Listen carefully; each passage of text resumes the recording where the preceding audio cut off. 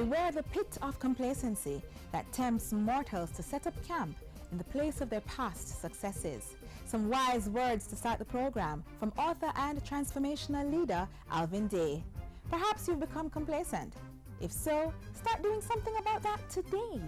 Welcome to another edition of Jamaica Magazine. I'm Audrey Williams. Glad you could join us. Coming up, we wrap up our review of Government on a Mission in 2013 by looking at the achievements of the Ministry of Foreign Affairs and Foreign Trade. Plus, as more water lockoffs are expected with the drought season upon us, we hear how some Jamaicans are conserving. An informative program awaits you. Stay with us.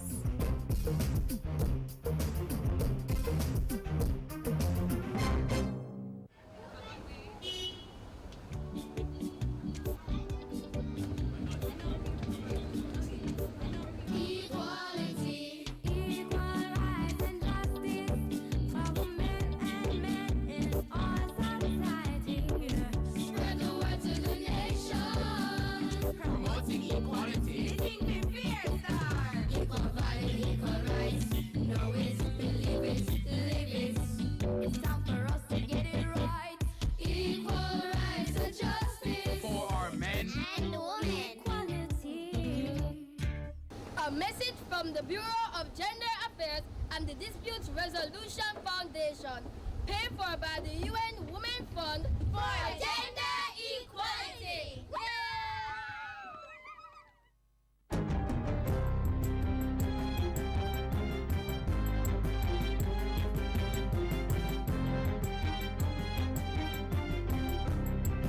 Good day, I'm Stacey Ann Smith, and this is your JIS News for Tuesday, January 28. Prime Minister Portia Simpson Miller is expected to address issues of importance to Jamaica when she speaks at the second summit of the Community of Latin American and Caribbean States, CELAC, in Cuba. The two-day summit opened in Havana Tuesday. Leaders from 33 member countries are discussing the struggle against hunger, poverty, and the inequalities in Latin America and the Caribbean. Intra-regional trade, sustainable development, and science and technology are also on the agenda. It's expected that the summit will result in members adopting the Havana Declaration. Ahead of the summit, Mrs. Simpson Miller and her delegation met with Cuban President Raul Castro at a welcoming ceremony held in her honor at the Palace of the Revolution in Havana. She also toured the newly constructed Special Economic Zone at the port of Mariel. National Security Minister Peter Bunting says outfitting police personnel with cameras will help to improve transparency and protect members of the force from false accusations. Speaking at the first Jamaica House press briefing for 2014, Minister Bunting said the move was also in line with the government's commitment to investigate extrajudicial killings and to preserve the integrity of the Jamaica Constabulary Force. The purpose of this project is to 1. Improve the collection of evidence of criminal activity in an effort to prosecute and reduce such activity. 2, to improve the transparency of JCF activities when interacting with the public. 3, to encourage JCF officers to act in accordance with the force's professional standards, to include the appropriate use of force when applied. And fourthly, to create a record to protect JCF officers from unfair allegations of violations of JCF professional standards. The minister said only select units within the force will wear the cameras, and the new policy will be implemented by the second half of 2014. In the meantime, the Police Federation, which represents rank and file police, has issued a statement saying they endorse the move in principle. Meanwhile, the National Security Ministry will be hosting its Unite for Change National Youth Violence Prevention Forum on Thursday, January 30 at the Jamaica Conference Center in downtown Kingston. Among other things, the conference aims to share best practices among stakeholder groups and introduce them to resources available to help in the fight against crime. To establish a database of the capacity and the activities already underway in the violence prevention area, and finally to develop a mechanism to coordinate action. The ministry is also planning a number of regional forums for students and young people to hear their views and possible solutions to crime. Only one of the 30 roads rendered impossible during the January 19 and 20 rains in Portland and St. Mary remains to be cleared for traffic. Information Minister Senator Sandria Faulkner says the Springhead to Little Bay corridor in St. Mary is yet to be opened as it suffered a collapsed retaining wall which requires engineering designs before any work can be undertaken. The initial cleanup cost for all the corridors is just over $33 million, while the preliminary estimate for the permanent works in St. Mary has been put at $125 million. This amount does not include the cost to carry out works on the Grandstown Road or that from Little Bay to Jacks River. Both of these corridors will need design details before the costs can be determined. Construction is now underway for new headquarters to house the All-Island Cane Farmers Association at Innswood in St. Catherine. When it's completed, the facility will benefit more than 3,000 cane farmers and accommodate 20 staff members. Agriculture Minister Roger Clark says the move is part of efforts to rebrand and restructure the association as it seeks to modernize the sector. This should have a significant impact and become part of our plans to improve customer service throughout the sector.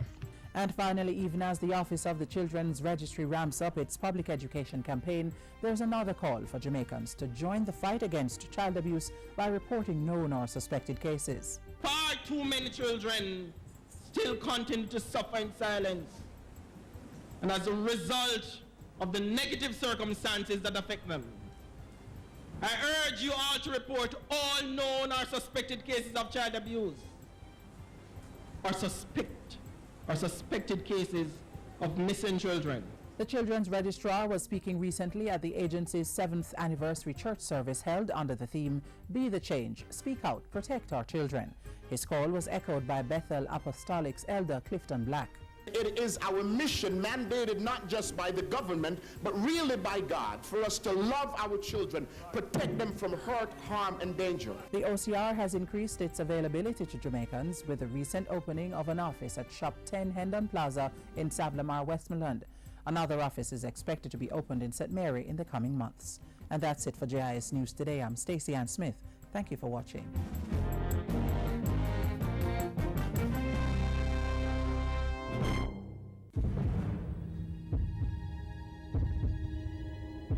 What are you doing to help the fight against crime? Sitting on the corner, minding your own business, definitely not going to work. It is time for us to unite. Unite. Unite for change. Citizens coming together to make their respective communities safer. The police, schools, public health, business, churches, NGOs, parents, and neighborhood watch volunteers. As we, the police, do our job, we as citizens need to do our part as well. Report crimes or even suspicious activities. Let's all work together as one united front against crime. And make Jamaica the place of choice to live, work, raise families, and do business. Unite for Change, an initiative of the Ministry of National Security. 2013 was a busy year for the Ministry of Foreign Affairs and Foreign Trade. Despite a few challenges, there was enhanced foreign relations near and far as Jamaica secured its diplomatic and trade interests. Get the scoop now in our final year in review in the series.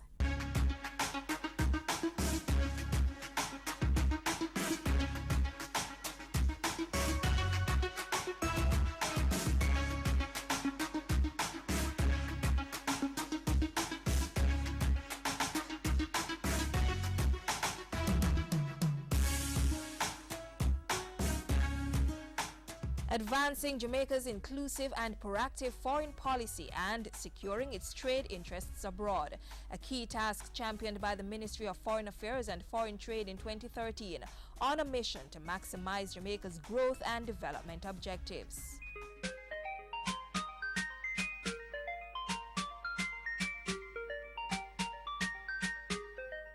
We will continue to engage with all countries to explore opportunities for foreign direct investment, tourism growth, expanded trade and technical cultural cooperation. The task of maintaining, strengthening, and capitalizing on Jamaica's diplomatic relations with other nations is the premier focus of the Ministry of Foreign Affairs and Foreign Trade. With Minister A.J. Nicholson at the helm, it executed that task with renewed vigor in 2013. A historic milestone was reached as the governments of Jamaica and the Solomon Islands established diplomatic relations. Foreign relations were also strengthened with existing friends such as Brazil, where a Jamaican embassy was officially opened in Brasilia, as well as the United Mexican States, Germany, Japan, and the People's Republic of China, to which new high commissioners and ambassadors were appointed. Diplomacy with the African Union was elevated when Ambassador Carlton Masters was appointed Jamaica's first representative to the AU, and Ambassador Courtney Rattray was appointed permanent representative to the United Nations. The Country and Foreign Affairs Ministry celebrated these and other mutually beneficial international friendships with the annual hosting of Diplomatic Week in February. At the regional level, Jamaica continues to actively engage with our sister CARICOM territories in seeking to find solutions to long-standing impediments to trade. As part of that, Minister Nicholson initiated critical engagements with his Trinidad and Tobago counterpart, Winston Ducaran. At a meeting in Kingston, they discussed broiling issues of trade imbalance and hassle-free movement for Jamaicans into that country. Notwithstanding the fact that a significant number of Jamaicans have entered Trinidad and Tobago without any difficulty, and might I just pause, it's about 96%. We have agreed that the immigration authorities of both countries must cooperate in addressing allegations of profiling. Local business leaders were also allowed to engage with the Trinidad delegation on matters of trade, and Minister Nicholson was invited to hold a second round of consultations in Port of Spain in the first quarter of 2014 to take stock and follow up on the trade and travel agreements and understandings reached in Kingston. But Trinidad was not the ministry's sole focus in 2013.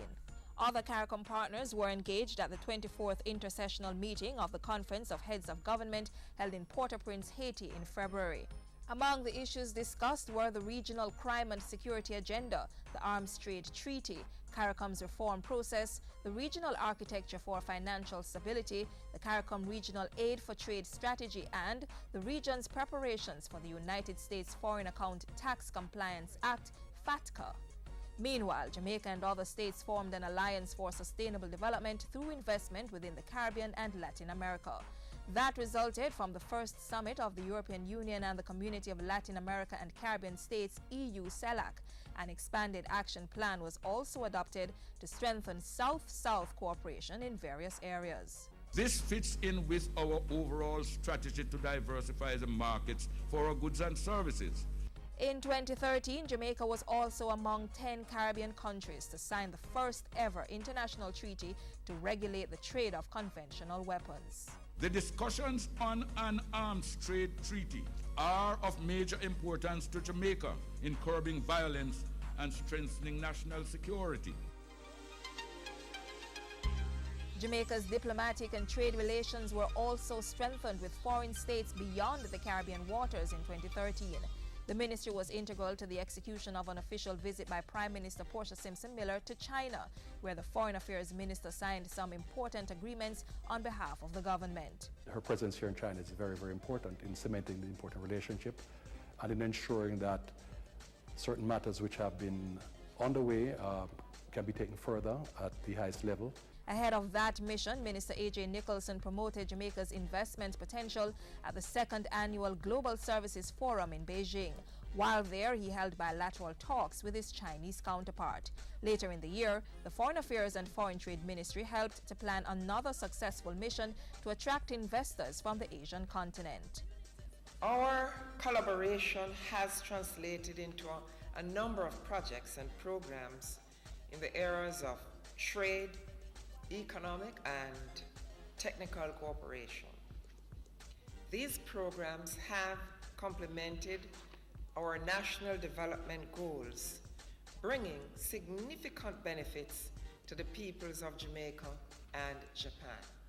Meanwhile, the government continued to pay close attention to developments within the multilateral trading system that may constitute unfair and undue barriers to trade. so in collaboration with the International Trade Center, the ministry hosted a consultative workshop to heighten awareness among business stakeholders on what's called non-tariff measures, NTMs. Some of these NTMs are for legitimate purposes such as human, animal and plant health, environmental concerns, as well as security-related risks. In particular, developing countries like Jamaica are forced to comply with a wide range of technical regulations, product standards, and administrative procedures that frustrate our efforts at market access. The private sector was empowered to identify and become more vigilant in monitoring, documenting, and reporting suspected use of such policy measures. In 2013, the Foreign Affairs Ministry was also determined to elevate Jamaica's relations with its diaspora. The 5th Biennial Jamaica Diaspora Conference laid the foundation for partnerships to realize tangible benefits from sustainable trade and investments. There was a total of 240 meetings facilitated among 14 investors and 30 local projects. Out of that, 7 investors indicated that they were desirous of making equity investment in 17 projects and have requested additional information from these project owners. A post-diaspora implementation council was established to ensure that recommendations and investments proposed at the conference come to fruition. A landmark diaspora policy was also developed during the year, and a national policy on international migration was submitted to Cabinet for consideration and approval. Among its many engagements in 2013, the Ministry of Foreign Affairs and Foreign Trade also facilitated visits to Jamaica from various foreign delegations. In April, Jamaica welcomed a member of the British royal family, His Royal Highness Prince Michael of Kent, who arrived to celebrate the 20th anniversary of the National Road Safety Council. The country later welcomed a working mission from Burkina Faso, led by the First Lady of the West African country, Her Excellency Chantal Compaoré. And in November, the President of Haiti, His Excellency Michel Martelly, engaged government on bilateral, regional, and multilateral issues during a 3-day state visit.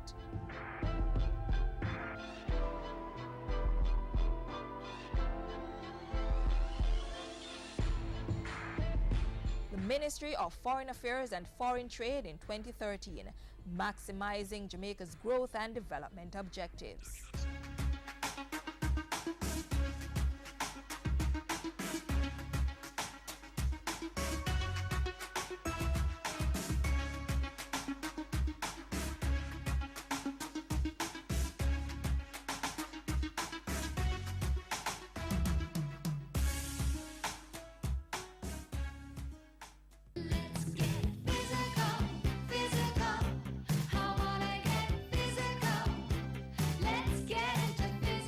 Did you know regular physical activity controls your weight, reduces your risk of cardiovascular diseases, reduces your risk for type 2 diabetes and metabolic syndrome, reduces your risk of some cancers, strengthens your bones and muscles, and increases your chance of living longer?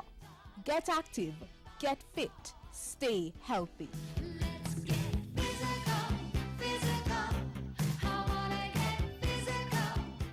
Ongoing coughing that produces a lot of mucus, shortness of breath, especially with physical activity, wheezing and tightness of the chest. It may not be asthma. Ever heard of COPD? That's chronic obstructive pulmonary disease, which tends to affect tobacco smokers.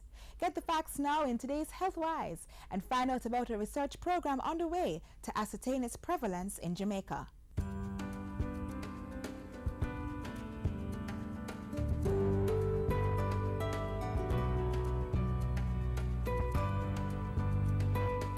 Getting rid of and avoiding air polluting actions like these are important ways in ensuring that we live healthier and longer lives. We'd be preventing life-altering conditions such as chronic obstructive pulmonary disease, COPD. chronic obstructive pulmonary disease worldwide is recognized as a cause of significant, what we call disability adjusted life years. It means that it cuts you down, it causes early mortality, you die younger than you ought to. But what is more frustrating is that if you continue to live, it's the quality of life that you now enjoy is so tremendously affected by shortness of breath as a result of this chronic cigarette smoking. If you are a tobacco smoker, were once a smoker, have been exposed to secondhand smoke and other air pollutants like chemical fumes and dust for a long time, you could be suffering from COPD. COPD is a condition where the airways are damaged, causing less air flowing in and out of the body when we breathe. A pulmonologist is a doctor who specializes in treating the resulting lung disorders. According to consultant pulmonologist at the University Hospital of the West Indies, the UHWI, Dr. Althea Akar Stewart, it is one of the leading tobacco-induced diseases, with common signs and symptoms including ongoing coughs that produce excess mucus, shortness of breath, especially when doing physical activity, wheezing, and tightness of the chest. Unfortunately, it looks a lot like asthma. So you hear the patients coughing, they bring up a lot of cold in the mornings or sputum, and you say, oh, they wheeze and they're short of breath, and you think it's asthma, but it's not really asthma. What it is the beginning of the effects of cigarette smoke on the lung, and they have a condition which is called chronic obstructive pulmonary disease. Your doctor can find out if you have COPD by checking to see how well your lungs are working through spirometry testing. Now, spirometry is really very simple. What it's doing is asking you to breathe into a machine and looking at how quickly you can breathe the air out of your lungs. COPD may cause no symptoms or mild symptoms at first, but as it progresses, it worsens and the symptoms usually become severe. The severity of your symptoms will depend on how much your lung has been damaged, and if you keep smoking, the damage will occur faster than if you stopped smoking. A severe case of COPD can cause symptoms such as swelling in the ankles, feet, or legs, and there is an increased risk of heart disease, cancer, and pneumonia. The response that takes place in the lungs causes damage to the heart, to the bones, to the GI tract. It's a systemic disease. Emergency care should be sought if one has difficulty breathing or talking, lips and fingers turn blue or gray, mental alertness is gone, and there is heart palpitations. What's the prevalence of COPD in Jamaica? Research was designed under a $20 million initiative dubbed the Burden of Obstructive Lung Disease BOLD project to determine this. The Ministry of Health, in collaboration with the Pulmonary Research Group from the University of the West Indies, UWI Department of Medicine, has made this their priority for an 8-month period beginning March 2014. The study has actually been done in many other countries, and the data that has come out of this study has been useful to the different health planners in the countries. Funding of the research is a joint effort of the National Health Fund and the UWI Principals Initiative Fund. It has been designed to garner statistics on the pervasiveness of COPD and examine the recurrent costs of doctors' visits, medication, and productive time lost and its impact on the economy. Data collected will form part of the worldwide data on COPD. We think that this particular project will give us a lot of information to plan on how to look at the prevalence of chronic obstructive pulmonary disease and to put health plans in place in our health system, which will only improve the quality of health care that we are able to provide for our country. Significant focus is being placed on ensuring that youth are aware of the dangers of smoking. It has been asserted that once persons start smoking, they become addicted, and at that point, even for adults, choice is no longer an option. My patients as a pulmonologist tell me that cigarette smoking can be very gratifying because nicotine is a highly addictive substance. Once it gets to the brain and the dopamine is released, which causes the high, you feel at peace with the world. The problem with cigarette smoking is that while that feel-good comes, the effects or the damage come much later down the road. COPD is not a contagious disease and it has no cure, at least not yet. Therefore, it's best to steer clear of cigarette smoke and other harmful lung irritants. However, if you have COPD, treatments and lifestyle changes can help you feel better, stay more active, and slow the progress of the disease.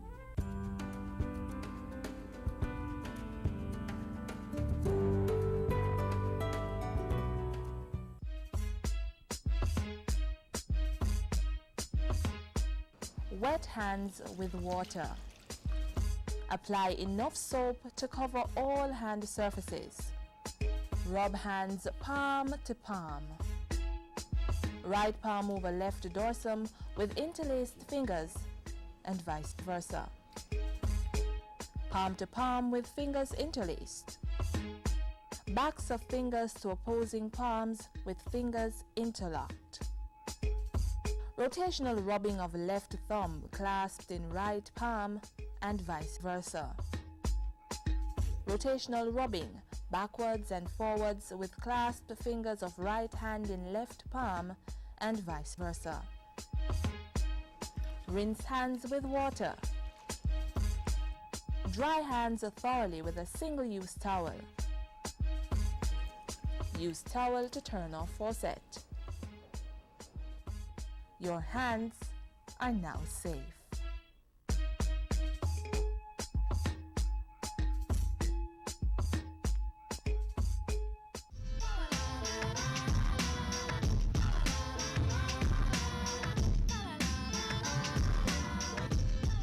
The National Water Commission stated recently that we would continue to experience dry conditions as a result of drought until about March. So water lockoffs will be a bit more than usual in order to conserve the precious commodity. We went out a road to hear how people are conserving on water. Hope you get some ideas. Fix your pipes, don't let them leak, and recycle, reuse the water. Make sure that the pipes are not leaking and things like that. And you use what you want, what the amount you want to use. Okay? And that you see that the children them don't waste it. What I've stopped doing is I'm beginning to recognize that my teeth is just as clean if I don't keep the pipe running while I'm brushing. And I try my best, like if you're somebody who would wash twice a week or 3 times for the week, you try and see if you can consolidate and just do one wash. It's not only conservation, but it is economically the sensible thing to do. I don't turn on keep the water running while I'm brushing my teeth, stuff like that, yes. In the kitchen, while I'm washing plates, I make sure I catch water on one side. Try to use less unnecessary usage, like stuff that we don't really need that excess of water to do. And at the times when we're in the shower, like taking a bath and we're singing and things, stuff like that, you can cut out that as well and try to do what we're doing more quicker, be more efficient. Make sure the tap is properly turned off and turn off the tank as well sometimes when it's full. And when you're bathing, don't keep the water running when you're soaping up until you're ready to wash off.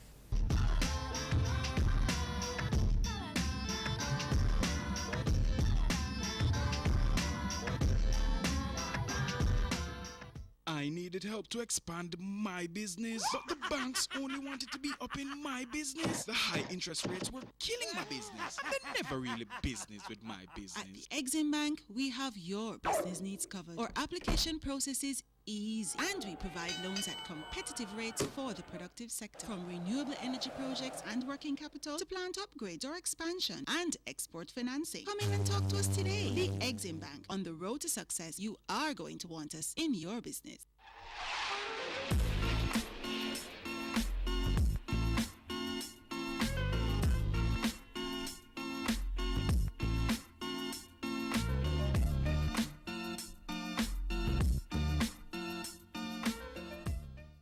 And that's it for Jamaica Magazine today.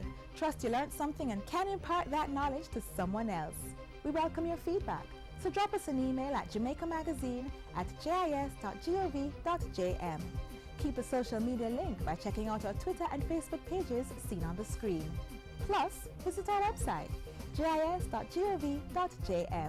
On behalf of the entire production team at the JIS, I'm Audrey Williams. Do reflect on the words of our anthem as we close.